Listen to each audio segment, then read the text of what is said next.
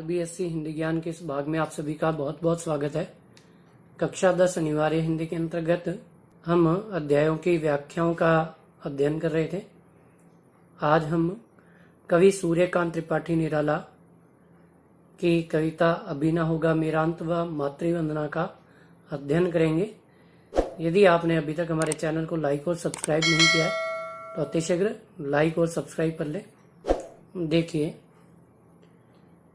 अभी ना होगा मेरा अंत, अभी अभी ही तो आया है मेरे जीवन में मृदुल वसंत।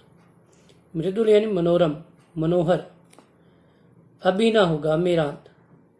देखिए, इसमें कवि सूर्यकांत त्रिपाठी निराला ने जीवन जीने की भावना को चित्रित करने का प्रयास किया है या जीवन के प्रति आशावादी सोच को प्रकट करने का प्रयास किया है कि अभी ना होगा मेरा अंत, कि मेरा अंत अभी नहीं हो सकता।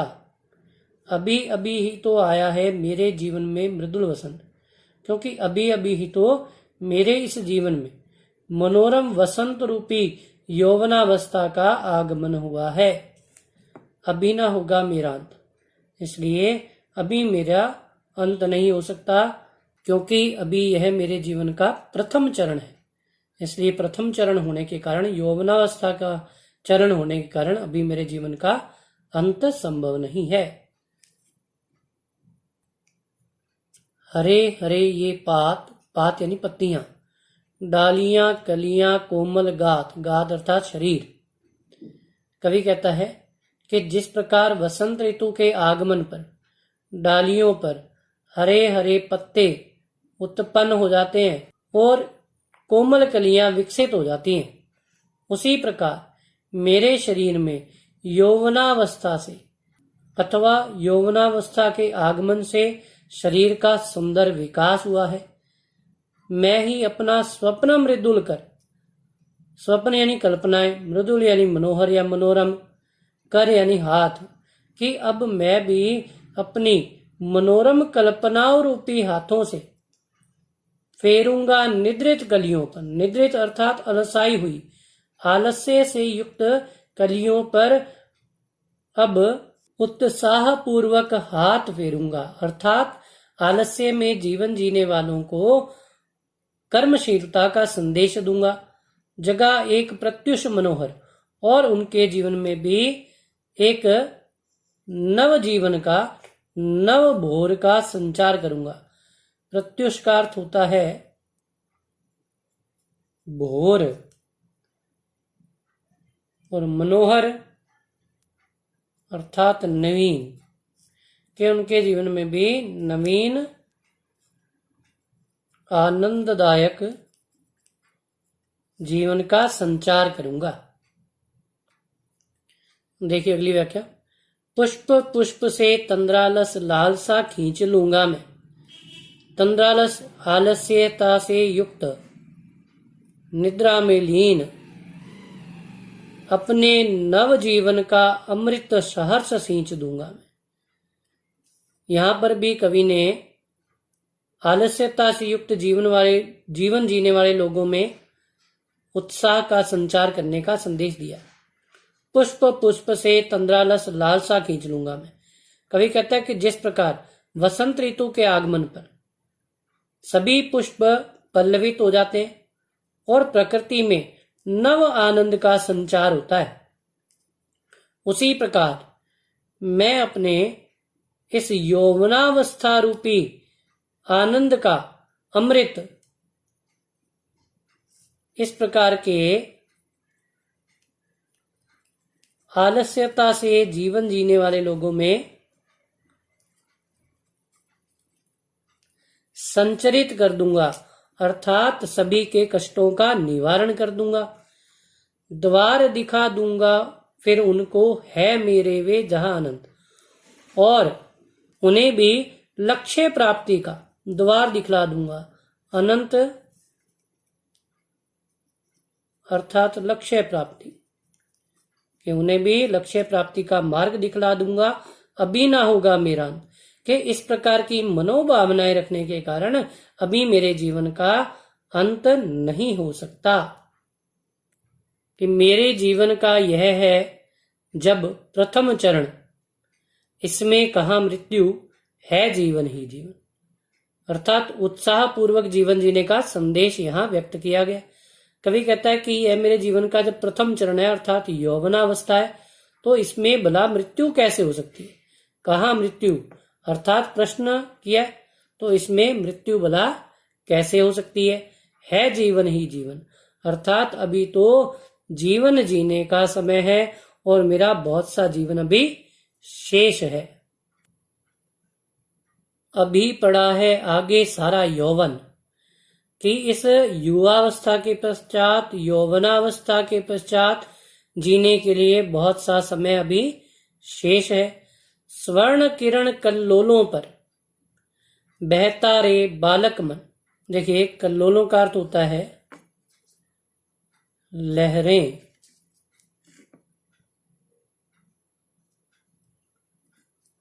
कवि कहता है कि मेरा मन बालकों सा चंचल है, अर्थात कल्पनाओं में रहने वाला है, इसलिए स्वर्ण किरण रूपी लहरों पर मेरा जीवन बहता है, अर्थात अपनी ही मस्ती में मदमस्त रहता है। मेरे ही अविकसित राग से विकसित होगा बंधु दिगंत। बंधु का अर्थ व्यक्ति, दिगंत यानी दिशाओं का अंत, अभी ना होगा मेरा अंत।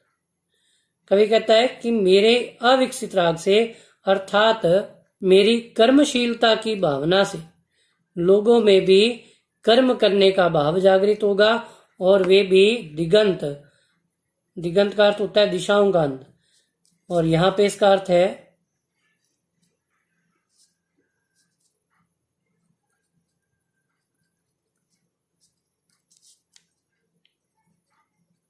कि वे भी अपने लक्ष्य प्राप्ति के मार्ग तक पहुंच जाएंगे। इस प्रकार अभी यह मेरे जीवन की यौवनावस्था है, अतः अभी मेरे जीवन का अंत नहीं हो सकता। देखिए, मातृवंदना कविता। इस कविता के माध्यम से कवि ने मातृभूमि के प्रति अपने प्रेम को अभिव्यक्त करने का प्रयास किया है। नर जीवन के स्वार्थ सकल, नर जीवन अर्थात मनुष्य रूपी जीवन के, मनुष्य जीवन के, सकल अर्थात सभी, स्वार्थ यानी स्वार्थ,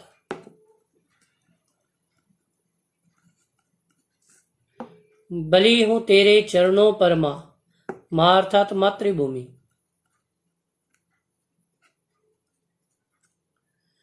मेरे श्रम सिंचित सब फल। कवि कहता है कि हे मातृभूमि, इस मनुष्य रूपी जीवन के सभी स्वार्थ तेरे चरणों पर समर्पित हों, तेरे चरणों पर बलिदान हो। मेरे श्रम सिंचित सब फल। श्रम सिंचित अर्थात श्रम से अर्जित, कि श्रम से अर्जित सभी फल भी, सभी परिणाम भी तुम्हारे ही चरणों पर समर्पित हों। जीवन के रथ पर चढ़कर सदा मृत्यु पथ पर बढ़कर, कि हे मातृभूमि, मैं इस जीवन रूपी रथ पर सवार होकर मृत्यु के पथ पर बढ़ता हुआ महाकाल अर्थात मृत्यु का देवता, खरतर, खरतर अर्थात बारी, शर अर्थात बाण, सह अर्थात सहन करना,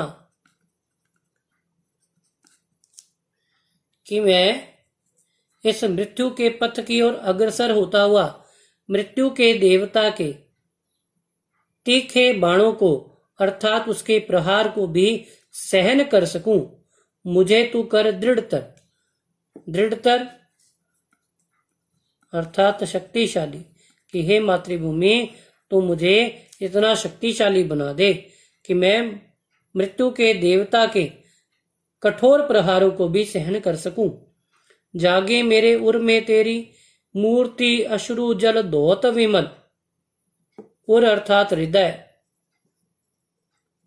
कि हे मेरी मातृभूमि, मेरे हृदय में तुम्हारी अश्रुओं के जल से धुली हुई, धोत यानी धुली हुई, विमल अर्थात स्वच्छ, या निर्मल मूरत बनी रहे। दृग जल से पाबल बलि कर दूं, जननी जन्म श्रम संचित फल। कि हे मेरी माता, हे मेरी मातृभूमि, मैं अपने श्रम से सिंचित किए गए सभी या अर्जित किए गए सभी फलों या परिणामों को और जन्म फलों को भी दृग जल से, आंसुओं से तुम पर न्योछावर कर सकूं। अर्थात मातृभूमि के प्रति समर्पण की भावना हृदय में सदैव विद्यमान रहे। बाधाएं आए तन पर, देखूं तुझे नयन मन भर। मुझे देख तू सजल दृगों से। सजल दृगों से अर्थात भीगे हुए नेत्रों से। उर के शतदल पर क्लेद युक्त अपना तन दूंगा। देखिए इसमें भी मातृभूमि के प्रति समर्पण की भावना को अभिव्यक्त किया गया। कवि कहता है कि हे मेरी मातृभूमि, मेरे इस शरीर पर चाहे कितनी ही बाधाएं क्यों ना आए, देखूं तुझे नयन मन भर, कि फिर भी मैं तुझे मन भर अर्थात भली प्रकार से देख सकूं।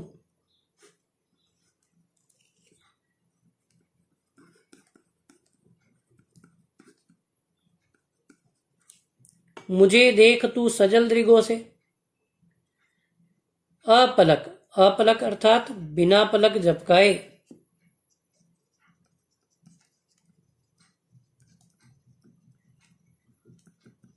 अथवा एक टक।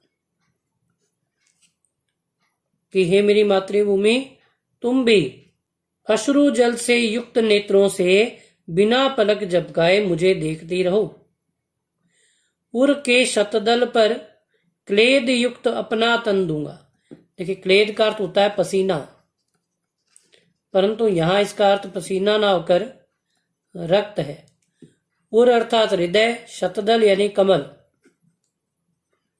कि हे मेरी मातृभूमि, तुम्हारे कमल रूपी हृदय पर मैं अपना रक्त से भीगा हुआ शरीर समर्पित कर दूंगा, अपना तन दूंगा, अपना तन समर्पित कर दूंगा। मुक्त करूंगा तुझे अटल। कि मैं यह दृढ़ निश्चय करता हूं कि तुम्हारी प्रातंत्रता को मुक्त करते हुए तुम्हें स्वतंत्र करूंगा। तेरे चरणों पर देकर बलि सकल श्रेय सम संचित फल। कि मैं अपने श्रेष्ठतम श्रम से सिंचित सभी फलों को तुम्हारे चरणों पर समर्पित कर दूंगा, अर्थात अपना प्राणोत्सर्ग कर दूंगा और तुम्हें स्वतंत्र करने के लिए प्रणबद्ध रहूंगा। आशा करता हूं कि आपको ये व्याख्या भली भांति समझ में आई होंगी। आगे की व्याख्याओं का अध्ययन इससे आगे की वीडियो में करेंगे। धन्यवाद।